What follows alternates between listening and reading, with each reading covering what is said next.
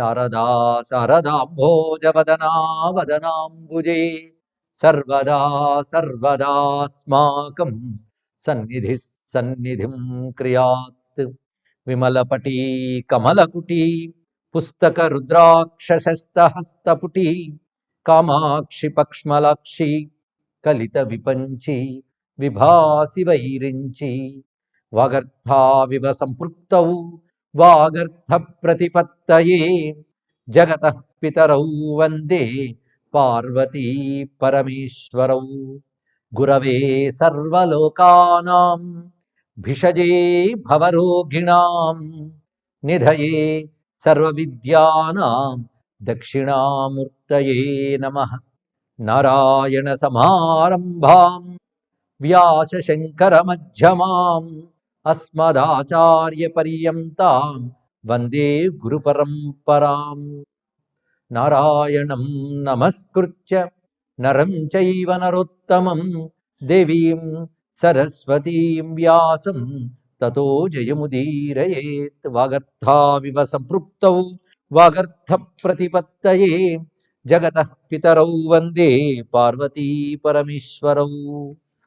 నమో మహద్భ్యో ఋషిభ్యో గురుభ్యో నమః. కాశీ అంటే అది కేవలం భూభాగం కాదు, అదొకప్పుడు ఉండి మరొకప్పుడు పోయేది కాదు, దానికి జన్మ లేదు కాశీకి కూడా. ఇంకా చెప్పాలంటే నా యొక్క మరొక స్వరూపం అది, మహాకాంతి పుంజమైనదే కాశీ. అలాంటి ఈ కాశీక్షేత్రం భూమి యందు ఉన్నట్టు కనబడ్డా అది భూమి యందు లేదు అని తెలుసుకో. భూగతాపి నభూ కాశీ, ఇదొక వాక్యం. జ్యోతిపుంజమయీ కాశీ, మమ అపరతను కాశీ, ఇవి 3 వాక్యములు. శివుడు చెప్తున్నది మమ అపరతను కాశీ, నా యొక్క మరొక స్వరూపమే కాశీ అంటూ కాశీ గురించి అనేక జన్మల ఉగ్ర తపస్సు ఫలితంగానే కాశీ దర్శనం లభిస్తుంది సుమా అంటూ ఒక రమ్యమైన వృత్తాంతాన్ని చెప్తున్నారు. ఒకప్పుడు దేవతలందరూ కలిసి శ్రీశైలానికి చేరుకుని ఆ శ్రీశైలేశ్వర సన్నిధౌ అక్కడ వారికి ప్రశ్న వేసేట పరమేశ్వరుని, స్వామి ఈ విషయంలో మేము నిర్ణయించలేకపోతున్నాం, నువ్వే తేల్చాలి. ధర్మములు అనేకం వేదములు చెప్తున్నాయి, వేదాలను అనుసరించి ధర్మశాస్త్రాలు చెప్తున్నాయి. ఈ ధర్మాలు అనేకం ఉన్నాయి, అవి గొప్పవా కాశీవాసం గొప్పదా, ఇది నువ్వు తేల్చాలి. కాశీ నివాసజా ధర్మాద్ అన్యే ధర్మా స్థూలాంగతా, ఈ రెండిట్లో ఏది గొప్పది అని అడిగితే శివుడు నేను తీర్మానం చెప్తున్నాను వినండి. ఉవాచ వచనం ప్రీత్యా సామరూపం జగత్ప్రియం. సామరూపం అంటే సౌమ్యంగానే వారి మధ్య శాంతి కలిగేలాగా జగత్ప్రియమైన సత్యాన్ని చెప్తున్నట్టు. కాశీవాసజ ధర్మేణ స్పర్ధా కార్యా న సర్వదా. ఎన్ని ధర్మాలు కట్టకట్టుకొచ్చినా కాశీవాసం వల్ల వచ్చే ధర్మంతో స్పర్ధ వహించరాదు, అంటే పోటీ పడరాదు. ఎందుకంటే సర్వధర్మ చక్రేశ ఇది వేదైర్ వినిర్మిత, అది సర్వధర్మ స్వరూపంగా నిర్ణయింపబడినది, తయారైనది కాశీ. అందుకే ఎన్ని ధర్మాలు ఉన్నాయో అన్ని ధర్మముల యొక్క పుణ్యములు ఒక చోట పుంజీభూతమైతే దాని పేరు కాశీ. ఇంకా చెప్పాలంటే ఆ ధర్మాల కంటే అధికమైనటువంటిది కాశీ. ఎప్పుడు ఒక్క మాట తెలుసుకోవాలి, స్పర్ధ వహించాలంటే సమస్థాయి ఉండాలి కదా, కానీ సమస్థాయి లేని వాటితో స్పర్ధ వహించడం నీతి కాదు కదా. అంటే మీతో ఏమాత్రం సమం కాదు కాశీ, ఇంకా అధికం. అలాంటి దానితో స్పర్ధ వహించడం ధర్మములకు తగిన పని కాదు. సర్వోన్నతేనతు స్పర్ధ స్వనాశాయోపపద్యతే, అన్నిటికంటే గొప్పదైన దానితో స్పర్ధ వహిస్తే స్వాత్మనాశనమే జరుగుతుంది తెలుసుకో. అంటే వాళ్ళే దెబ్బతింటారు. అందుకే పెద్దవాళ్ళతో పోటీ పెట్టుకుంటే మనకే ప్రమాదం. అందుకు కాశీతో పోటీయా, అసలు పనే పెట్టుకోకండి, పెట్టుకుంటే దెబ్బతింటారు సుమా. ఎందుకంటే లోకే నీతి విరుద్ధాన్ని కర్మాని, అఖండమైన సూర్య తేజస్సు ఎక్కడ, అల్పమైన నిప్పురవ్వ ఎక్కడ, అందుకు కాశీ ఎక్కడ, మిగిలిన ధర్మములు ఎక్కడ అని చెప్పడానికి ఉపమానది. క్వా అనంతోజ్జద్భాను తేజాహ క్వా అత్యల్ప అగ్నికణ ప్రభ, అగ్ని కణప్రభ, అదేం సరిపోతుంది అత్యంత అల్పమైనది అంటూ అనేక ఉపమానాలు చెప్తున్నాడు ఇక్కడ. ఉపమానాల్లో ధర్మో ధర్మవరో జ్ఞేయో ధర్మాస్తాదృంశ సర్వదా యావంతి సంతి తీర్థాని పాతాళే పృథివీతలే సత్యలోకాది లోకేషు తావంతి సుఖదే సదా కాశీం ప్రయాంతి శ్రీ కాశీం అర్చయంతి స్తువంతి చ. పైలోకాల్లో కూడా తీర్థాలు ఉన్నాయట. ఆ తీర్థాలు, పాతాళ లోకంలో ఉన్న తీర్థాలు, కాశీలో భూమి యందు ఉన్న తీర్థాలు కాశీకి వెళతాయి. కాశీకి వెళ్ళి కాశీని స్తుతిస్తాయి. దానివల్ల అవి గొప్పతనాన్ని పొంది వస్తున్నాయంటే కాశీ ఎంత గొప్పదో ఆలోచించు. అందుకే పుణ్యక్షేత్రాలన్నీ, పుణ్యతీర్థాలన్నీ రూపములు దాల్చి కాశీకి వెళ్ళి అక్కడ తీర్థముల్లో స్నానం చేసి అక్కడ విశ్వనాథం అర్చిస్తున్నాయి. వాటి వల్ల పుణ్యములు పొంది తిరిగి వస్తున్నాయి. ఇది కాశీ యొక్క గొప్పతనం. అందుకే కాశీతో సమానమైన క్షేత్రం కానీ తీర్థం కానీ మరొకటి లేదు అని చెప్తూ, అక్కడ విశేషించి బ్రహ్మదేవుడు సరస్వతి సహితంగా వచ్చి అక్కడ ఉండడానికి ఇష్టపడతాడు. అక్కడ స్వామిని ఆరాధిస్తాడు. సరస్వత్యా సహస్రష్ట కాశీవాసరత సదా సత్యలోకం విహాయైవ. సత్యలోకం విడిచిపెట్టి కాశీకి వస్తాడు. అప్పుడు అనుకుంటాట, నా సత్యలోకం కంటే ఇది చాలా బాగుంది. అలాగే విష్ణురప్యనఘం స్వీయం స్థానం త్యక్వా సదాముదా. నారాయణుడు కూడా లక్ష్మీ సమేతుడు ఈ కాశీ క్షేత్రానికి చేరుకుంటాడు. వారందరూ ఈ కాశీ పట్ల ఆనందం పొందుతారు. కనుక సర్వదేవతలకి కాశీ అంటే ప్రీతియే. ప్రయాంతి సతతం కాశీం కాశీ పూజన తత్పరాహ. అనేక మంది మహాయోగులు కాశీలో ఎల్లవేళలో ఉంటారు సుమా. ఏ కాలమైనా సరే మహాయోగులు ఉంటారు. ఎలా ఉంటారంటే మునయో బ్రహ్మవాదిన, బ్రహ్మవాదులైనటువంటి మునులు. బ్రహ్మవాదులు అంటే బ్రహ్మం గురించి కబుర్లు చెప్పేవారని కాదు. బ్రహ్మము తప్ప మరొక చింతన లేనివారు, దాని గురించే ఆలోచన సాధన చేస్తున్నవారు, దాని యందు మనస్సు నిలిపినవారు. అలాగే రకరకాల వ్రతపరాయణులు ఉంటారు. అందులో వారు వాతాసనశ్చ సతతం సంతి కాశ్యా మునీశ్వరాః. కొంతమంది వాతాసనులు అంటే ప్రాణాయామాదులతో కేవలం వాయువును మాత్రమే స్వీకరిస్తూ ఆహారాదులు పరిత్యజించి శివ తపస్సు చేసుకుంటున్న మహాత్ములు అందరూ ఉంటారు. అలాగే మహాసముద్రములు ఏవైతే సప్త సముద్రములని క్షీరాబ్ధి మొదలైన చెప్పబడుతున్నాయో, అనంతమైనటువంటి లోకాలోకాల్లో ఉన్నటువంటి ఈ సముద్రము దేవతలు కూడా కాశీక్షేత్రానికి వచ్చి స్వామిని సేవించుకుంటారు. కాశీ పూజార్థమాయాంతి క్షీరాబ్ధి ప్రముఖా సర్వే సముద్రాః సంతతముదా. అవి వారందరూ వచ్చి రత్నాలతో ఆరాధన చేస్తారు. ఎందుకంటే సముద్రాల్లో రత్నాలు ఉంటాయి కదా, వాళ్ళలో ఉన్న రత్నాలు తెచ్చుకుని విశ్వేశ్వరుని ఆరాధన చేస్తారు. ఇక కామదోగ్ధ్రి స్వయం గత్వా క్షీరేణ ఏవ అభిషిచ్యతాం కాశ్యాం తిష్టతి సంతుష్ట దేవలోకం విహాయస. దేవలోకంలో ఉన్న కామధేనుములు కూడా మందులుగా వచ్చి కాశీలో ఉన్న దివ్యలింగములకు తమ పొదుగుల నుంచి ధారాలతో అభిషేకం చేస్తూ కొడుచుకుంటూ ఉంటాయి. అలాగే కల్పవృక్షములు కల్పవృక్షాశ్చ గత్వా కాశీం అహర్నిశం. ఎల్లవేళల కల్పవృక్ష దేవతలు వచ్చి పుష్పవృష్టం వితోనిస్తే కాశీ పూజాపరాయణ. ఆ కాశీపై పువ్వులు జల్లుతారు, అంటే కాశీని పూజిస్తారు వాళ్ళందరూ. ఇలాగా దేవలోకాల్లో ఉన్న కామధేనువులు కల్పవృక్షములు చింతామణులు స్వామిని సేవిస్తున్నాయి అంటే క్షేత్రం గొప్పతనం ఎంతటితో తీసుకోండి. అదేవిధంగా ఆదిత్యాహ వసవః సాధ్యాహ సిద్ధాశ్చ స్వగణాన్వితాః కాశ్యాం శుచిరతా నిత్యం నివసంతి ఆదరేణతే. ద్వాదశాదిత్యులు, అష్టవసువులు, 12 మంది సాధ్య దేవతలు, సిద్ధులనబడే దేవగణములు, వీరందరూ కూడా వారి వారి సమూహములతో గణములతో వచ్చి కాశీలో ఆనందంగా ఈశ్వరుని ఆరాధన చేస్తూ ఉంటారు. ఋషులు ఎందరో ఈ కాశీని నివాసంగా చేసుకుంటారు. విశ్వే దేవతలని దేవతలున్నారు. ఆ దేవతలు కూడా విశ్వే దేవాశ్చ సతతం కాశ్యాన్ తిష్టంతి అనాకులాహ. అందుకే కాశీ క్షేత్రానికి వెళితే సర్వదేవతల సన్నిధిలో మనం ఉన్నామని తెలుసుకోవాలి. ఇక్కడ సర్వదేవతలు ఎన్ని దేవగణాలు కోట్ల కొలది వేద పురాణములు వర్ణించాయో వారందరూ కాశీలో ఉన్నారు సుమా. కదాచిదపితే కాశీ నత్యజంతి దృఢవ్రతాః. కొంతమంది యోగులు ఎలా ఉంటారంటే ఎట్టి పరిస్థితుల్లోనే మేము కాశీని విడిచిపెట్టమంటారు. ఆ ఒక్క దీక్ష చాలయ్యా, కాశీని విడిచిపెట్టము అనేటువంటి వారు ఎందరెందరో యోగులు. వారందరూ కూడాను వివిధములైన వ్రతములు అనుష్ఠిస్తూ వివిధమైన సాధనలతో ఉంటారు. వాళ్ళు ఎలా ఉంటారంటే చకోరాయువ పూర్ణేందుం. చకోర పక్షులు పూర్ణచంద్రుని ఎలాగ ఆస్వాదిస్తూ వదలలేక ఉంటాయో అలా వాళ్ళు కాశీని వదలలేకుంటారు మహాత్ములు. అలాగే తుమ్మెదలు పుష్పాలను ఎలా వదలలేవో శివభక్తులు కాశీని అలా వదలలేరు. పతివ్రతేవ భర్తారం.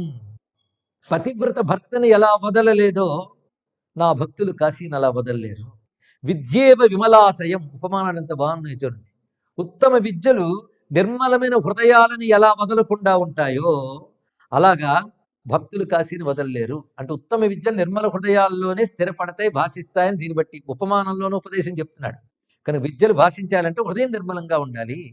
అలాగే నిర్మల హృదయాలను విద్యలు ఎలా వదలలేవో నా భక్తులు కాశీని అలా వదలలేరు.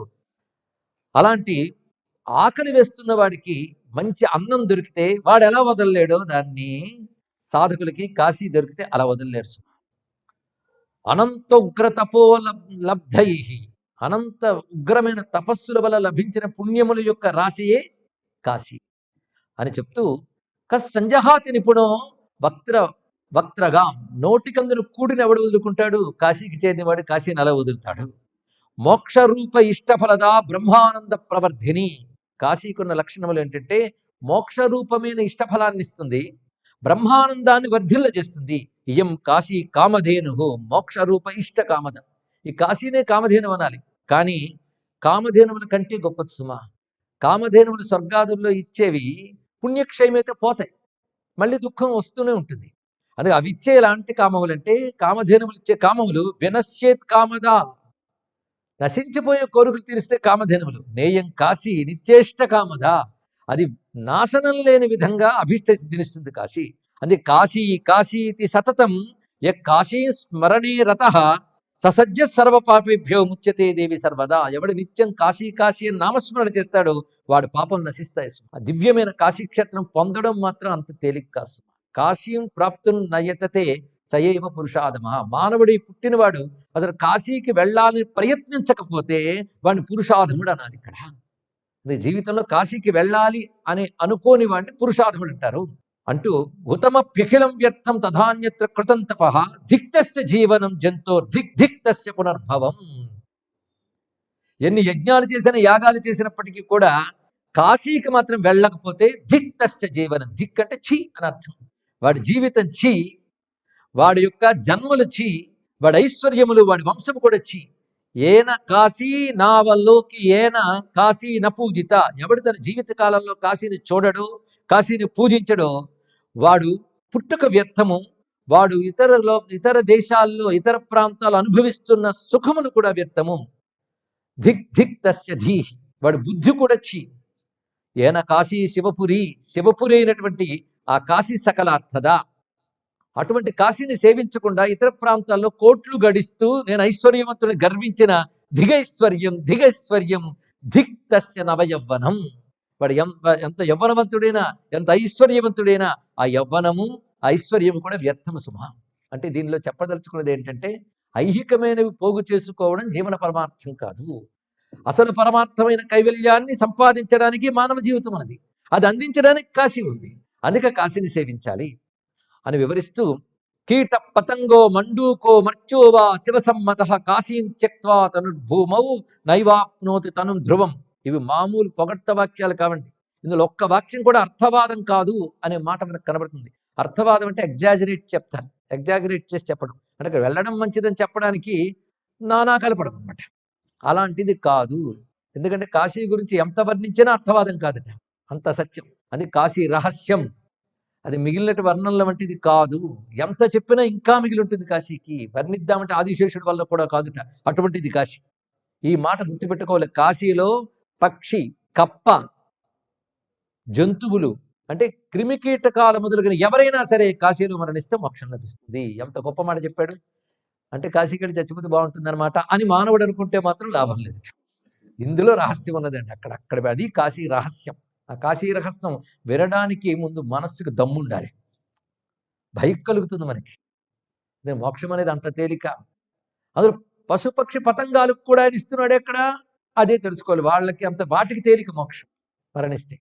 మానవుడికి మాత్రం అక్కడ మరణించేంత మాత్రాన తేలిగ్గా రాదు. మరణిస్తే మోక్షం వస్తుంది నిజమే, కానీ తేలిగ్గా కాదు. అందుకే ఆ రహస్యములు స్వామి ఇక్కడ చెప్పబోతున్నాడు. యస్య కశ్యాపి వా జంతోర్మరణే సముపస్థితే కాశ్యాం శివశివేత్యేతం నామైవ ఉపదిశామ్యహం.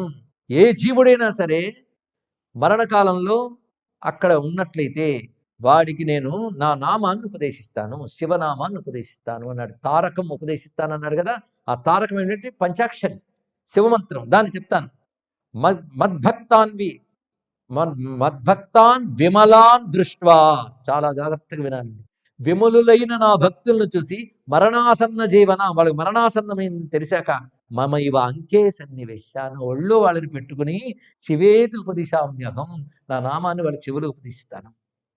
ఉపదేశం మాత్రంతోనే వాళ్ళు నాలో ఐక్యమవుతారు సుమా. మిగిలిన కాలాల్లో ఎవరైనా గురువు ఉపదేశిస్తే మనం జపం చేసుకుని సిద్ధించాలి. శివుడే చెవులో చెప్పినప్పుడు తన్మాత్ర సిద్ధితోనే అతడు శివైక్యం చెందుతాడు. తన ఒళ్ళో పెట్టుకుని చెప్తాటండి. మమైవ అంకే సన్నివేశ్య శివేత్యుపదిశామ్యహం, అతడికి ఉపదేశం చేస్తాను. శివనామానుసంధానాత్ పురా పూత తనుర్నర పునర్మన్నామ తత్కాశ్యాం అంతే ప్రాప్నోతి మానవ. అంతవరకు వాడు కాశీలో నానామస్మరణ చేస్తూనే జీవిస్తాడు. వాడి మరణాసన్న సమయంలో నానామమే వాడి చెవులు చెప్తాను. అంటే సాధనకి నానామమే, సిద్ధికి నానామమే అని చెప్పడం ఇక్కడ. అంటే ఎవడు నిరంతర పంచాక్షరి లేదా శివనామములు జపిస్తూ కాశీలో ఉంటాడో వాడికి ఆ మరణాసన్న సమయంలో తానే స్వయంగా అదే శివమంత్రాన్ని చెప్తున్నాడు ఇక్కడ. అంటే మొదట చేసిన సాధన ఇప్పుడు జరుగుతున్న సిద్ధి. స్వర్గభోగకరే పుణ్యే నష్టే దేవా పునర్నరాహ భవంతి తేపి మద్భక్త కాశ్యాన్ తిష్టంత్యహర్నిశం. ఇదివరకు అనేక పుణ్యాలు చేసి అనేక తపస్సులు చేసి స్వర్గాది లోకాల్లో భోగములు అనుభవించిన వారు కైవల్యంకి యోగ్యత ఉన్నవారు కాశీలో కలుగుతారు, కాశీలో జీవిస్తారు, కాశీలో మరణిస్తారు. తత కాశ్యామంతకాలై మమైవానుగ్రహే సతి సదాశివ శివేచ్చేతన్ నామ సంప్రాప్నువంతితే. నా అనుగ్రహం ఎవరికుందో వారు నా నామాలు స్వీకరిస్తూ కాశీలో ఉంటూ మరణిస్తారు, సిద్ధి పొందుతారు. యథా భూయో నయాచ్యైవ ప్రజ్వలద్వన్నిగం హవిః తథా త్యక్వా తను కాశ్యాం శైవేర్నైవాప్యతే పునః. ఒకసారి అగ్నిలో వేసిన హవిస్సు ఎలా మళ్ళీ వెనక్కి రాదో కాశీలో మరణించిన జీవుడు మరి జన్మించడు సుమా. ఉపమానం అంత గొప్పగా చెప్పారు ఇక్కడ. ఇంకొక అద్భుతమైన మాట చెప్తారు. కాశీ శైవ శరీరాన్ని గృహీత్వా యాచితాపిస నదదాతి హవింశీవ పావక పునరుజ్వల. హవిస్సు వేసేసాక సమిధులు వేసేసాక అగ్నిహోత్రుడి దగ్గరికి వచ్చి మళ్ళీ ఆ సమిధులు ఇస్తావా, హవిస్సు ఇస్తావా అని అడిగితే ఎలా ఇవ్వడో ఒకసారి శరీరం అక్కడ పోయిన వాడికి మరి శరీరాలు ఇవ్వడు భగవంతుడు అన్నారు. ఇక్కడ శరీరాలు ఇవ్వడం అంటే మన జన్మలు ఉండవని చెప్పడం. మద్భక్త ఏవాధికారి. అయితే కాశీలో ఎవరికి మోక్షం వస్తుంది? ఇక్కడ చాలా మీమాంస చేస్తున్నారు. ఇది చాలా తెలుసుకోవాలి. ఎందుకంటే కాశీవాసం కదా, పుణ్యం కదా. ఎలాగో రిటైర్మెంట్ డబ్బు బోల్డ్ ఉంది, అక్కడ డబ్బు పారేస్తే ఎవడో ఒకటి గదిస్తాడు. అక్కడ ఉండేద్దాం, బతికేద్దాం, చచ్చిపోదాం, మోక్షం గ్యారంటీ అనుకుంటే మాత్రం పొరపాటు. ఎందుకంటే కాశీలో అమాయకంగా పుట్టినటువంటి పశువులు కానీ పక్షులు కానీ ఏవైనా ఉంటే అవి గత జన్మల్లో అనేక పుణ్యములు చేసి చిన్న ప్రారంధం చేసి శరీరం పొందే ఈ జన్మ కైవల్యానికి యోగ్యమైన జన్మ అయితేనే కాశీలో పశుపక్షి మృగములుగా జన్మించి అక్కడ నివసించి అక్కడ మరణిస్తాయి. వాటికి పాపం లేదు. మానవుడికి మాత్రం కాశీలో కాశీ వాసం అంటే కాశీలో వృత్తితో చాలా మంది బతుకుతుంటారు, వృత్తులతో వాళ్ళకి కూడా కైవల్యం కాదు, రాదు అనకూడదు. కానీ అక్కడ వాళ్ళు వృత్తులు చేస్తూ మరణిస్తే మాత్రం వారి జీవన విధానంలో చేసినటువంటి పాపములకు ఘోరమైన ఫలితాలు ఇచ్చే మళ్ళీ పుట్టకుండా కైవల్యాన్ని ఇస్తారండి. అది రహస్యం. అదే కాశీలో మరణించిన ఎవరికైనా మోక్షం అంటే మోక్షమే. కానీ పాపాత్ముడైనా సరే మరణించినంత మాత్రం శివుడు ఒళ్ళో పెట్టుకుని మంత్రం ఇవ్వట. ఇది తెలుసుకోవాలి, ఇది బాగా గ్రహించవలసిన అంశము. అదే కానీ ఒక ఎలకో ఒక పక్షో పోతే మాత్రం మోక్షం ఇస్తాడు. మానవుడికి మాత్రం ఏదో వృత్తులు చేస్తూ బతికేస్తూ కాలక్షేపానికి వెళుతూ నియమరహితంగా జీవిస్తే మాత్రం వాడి ప్రతి పాపానికి లెక్క ఉంటుంది, దాని ఫలితం వాడు అనుభవించవలసినదే, మినహాయింపు లేదు. ఇది తెలుసుకోండి.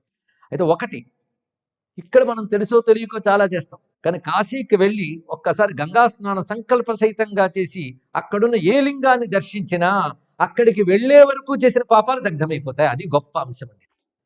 ఇవి మరి లెక్కలోకి తీసుకోవట్టు అంత దయామడి చూడండి. అక్కడికి వెళ్ళాక మాత్రం కాశీలో ఉంటే ప్రతి క్షణం జాగరూకంగా ఉండాలి. ఏమాత్రం చిన్న తప్పు వచ్చినా ఇక్కడ చేసే పాప ఫలం కంటే అక్కడ పాప ఫలం 1,000,000 రెట్లు అనుభవించవలసి వస్తుంది. అంటే ఇక్కడ ఒక అసత్యం అనడేమనుకోండి, దానికి తగ్గ పాపం నరకంలో అనుభవిస్తాం. అక్కడ ఇదే అసత్యం అక్కడ పలికితే మాత్రం కొన్ని 1,000,000 రెట్ల భయంకరమైన ఫలం అనుభవించవలసి వస్తుంది. ఇది తెలుసుకోవాలి. అంటే కాశీవాసం అనగానే అంత తేలిక కాదు. కాశీకి వెళ్ళాం, గది తీసుకున్నాం, ముప్పొట్ల తింటున్నాం, తిరుగుతున్నాం అంటే జాగ్రత్త పడాలి. అక్కడికి వెళ్ళడానికి భయం కలగాలి. అసలు భయం అంటే జాగ్రత్త కోసమైన భయం. అంత తేలిక కదా. అందుకని మోక్షం అంత తేలిక కాదు. మననే చెప్పారుగా అమర్మాసం అయిపోయిందంటే అది అనిపించడం కూడా అంత తేలిక కాదు. అందుకే అది చెప్తున్నంతసేపు అవస్థలు పడ్డ వాళ్ళు ఉన్నారు. అమ్మయ్య అది అయిపోయింది అని ఒక పెద్ద ఆయన నిన్న అన్నాడు. చిత్రం ఏంటంటే యువకులు చాలా మంది దేశ విదేశాల్లో ఆ చెప్పిన బ్రహ్మ విద్యకి ఎంత సంతోషించి వాళ్ళు నోట్స్ కూడా రాసుకున్నారండి. పెద్దవాళ్ళకి పాపం కొంతమందికి అలా అనిపించింది అంటే వారితో పాటు అజ్ఞానం కూడా పెద్దదైందని మనకు తెలుస్తుంది. అందుకే జ్ఞానం పెద్దవాళ్ళకి వస్తుంది, చిన్నవాళ్ళకి రాదని లేదు. వాళ్ళది ఇంకా నిర్మల హృదయాలు, ప్రపంచ వాసనలు గట్టిగా పేరుకుపోలేదు కనుక వాళ్ళకి రావచ్చు. కనుక మోక్షం తేలికని ఎప్పుడు అనుకోవద్దు. ఇప్పుడు చేస్తున్న మంచి పనుల వల్ల పాపాలు పోతే అదే చాలు. తర్వాత దుష్ట జన్మలు రాకుండా అవయవాలన్నీ సరిగ్గా పనిచేసి బుద్ధి సక్రమంగా పనిచేసి ఉత్తమ జన్మలు వచ్చినా చాలు. మోక్షం అనేది అంత తేలిక కాదు. ఎన్ని కోట్ల జన్మలెత్తితే, ఎన్ని పుణ్యాలు పోగైతే, చిత్తశుద్ధమైతే అప్పుడు మోక్షం గురించి ఆలోచించాలి. అంటే కాశీకి వెళ్ళి ఉండిపోతే మోక్షం వచ్చేస్తుంది ఇలాంటి పెట్టుకోవద్దండి. పూజలు పునస్కారాలు ఇవన్నీ కూడా పాపనాశనం కలిగిస్తాయి అంతే. భక్తి అనేది చాలా అరుదైన వస్తువు, జ్ఞానం అనేది అరుదైన వస్తువు. భక్తి జ్ఞాన భ్రాంతులు కూడదు. భక్తి ఉందనే భ్రాంతి, జ్ఞానం ఉందనే భ్రాంతి కూడదు. భక్తి జ్ఞానాలు కావాలనుకోవచ్చు, ఇది తెలుసుకోండి. అందుకే మోక్షం అంత తేలిక కాదన్న మాత్రం తెలుసుకోండి. ఎందుకంటే ఏది పొందితే మరేది పొందక్కర్లేదో అది పొందడం అంత తేలిక కాదు, అది తెలుసుకోవాల్సింది. అది ముఖ్యమైన అంశం. నేను మోక్షం అల్టిమేట్ అవధి. జీవుడు ప్రకృతిలోకి ప్రవేశించాక ఎన్ని కోట్ల శరీరాలు ధరించాడో ఇప్పటికి. ఉచ్చ నీచ ఉపాధులు చాలా పొందాడు. అందుకే శరీర తాదాత్మ్యం కొన్ని కోట్ల జన్మల నుంచి అలవాటు అయిపోయింది. కోట్లు అంటే క్రోర్ కాదు, క్రోర్స్. ఇంకా పద్మార్బుద, కోటి కంటే పెద్ద సంఖ్యలు పద్మ, అర్బుద ఇవన్నీ ఉన్నాయి. అన్ని ఉపాధులు తాదాత్మ్యం అలవాటైన వాడికి అంత తేలిక అండి మోక్షం. అందుకే కాశీవాసం కూడా అంత తేలిక కాదు. కాశీ వెళ్తాం, రూమ్ చూసేసుకున్నాం, రిజర్వేషన్ చేసుకున్నాం, ఇన్నెళ్ళ వరకు ఉంటాం, పర్వాలేదు, స్కీములు వేసుకు వెళ్ళిపోయినా కాశీ క్షేత్రం చూసి రావడం వేరండి. క్షేత్రం చూసి వస్తే కొన్ని పాపాలు పోతాయి, మళ్ళీ ఇక్కడికి వచ్చి కొత్తగా చేస్తూ ఉంటాం, అది వేరే విషయం. కానీ కాశీవాసం గురించి చాలా వివరంగా ఇక్కడ సాక్షాత్ విశ్వనాథుడు పార్వతీదేవికి కాశీలోనే చెప్తున్నాడు. అది గొప్ప విషయం. దాన్ని మళ్ళీ కుమారస్వామికి ఒకప్పుడు మీ అమ్మకి ఇక్కడ చెప్పేం లేదు మళ్ళీ చెప్తున్నాడు. అదృష్టవశాత్తు కుమారస్వామి దాచుకోకుండా జైగీషవ్యాధుడికి చెప్పేశాడు. అదృష్టవశాత్తు మనకు దొరికింది ఆ విషయం.